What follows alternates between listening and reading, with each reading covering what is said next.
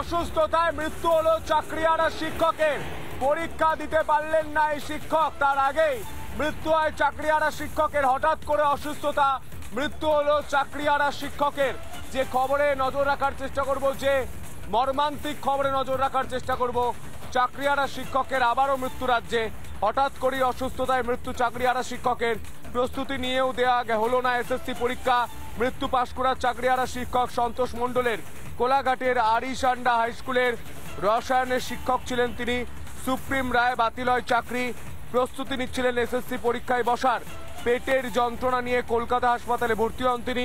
পরীক্ষার দিনে মৃত্যু হয় শিক্ষকের। শিক্ষকের মৃত্যুতে শোকস্তব্ধ পরিবার। আরও একটা পরিবার কার্যত রাস্তায় এসে দাঁড়ালো।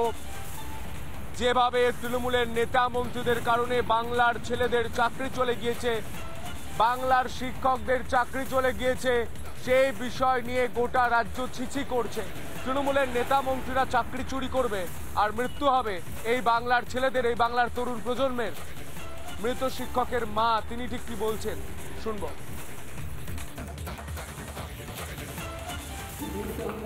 চাকরি চলে যাওয়ার পর থেকে খুব মানসিক চাপ ছিল। বাড়ি লোন নিয়ে বাড়ি করেছিল, আর লোন নিয়ে বাড়ি করেছিল। লোন অনেকের চাপ, তাই টিউশনি শুরু করে দিয়েছে।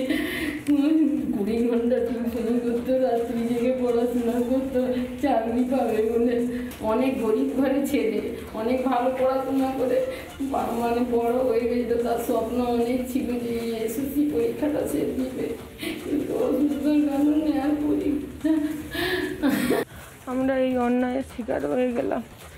সেই জন্য আমার স্বামী ডিপ্রেশনে চলে যায়, ঘুমোতো না, খাওয়া দাওয়া করতো না। আমরা অনেক বুঝিয়েছিলাম মানসিক টেনশনের জন্য। মমতা ব্যানার্জি যদি আমাদের সঙ্গে এটা না করতো, আমার হাজবেন্ড আমরা কেন শাস্তি পেলাম? আমরা যোগ্য বলে আমরা শাস্তি পেলাম, আমাদের কোনো ন্যায় নেই। আমার শ্বশুর বাড়ি খুব গরিব, সেখান থেকে সার্ভিস পেতে কোথায় টাকা পাবো? নানা ধরনের কন্টেন্ট দেখার জন্য লাইক করুন, শেয়ার করুন আমাদের ফেসবুক পেজ, সাবস্ক্রাইব করুন আমাদের ইউটিউব চ্যানেল। পাশাপাশি অন্যান্য ব্রেকিং নিউজের জন্য অবশ্যই চোখ রাখুন রিপাবলিক বাংলায়।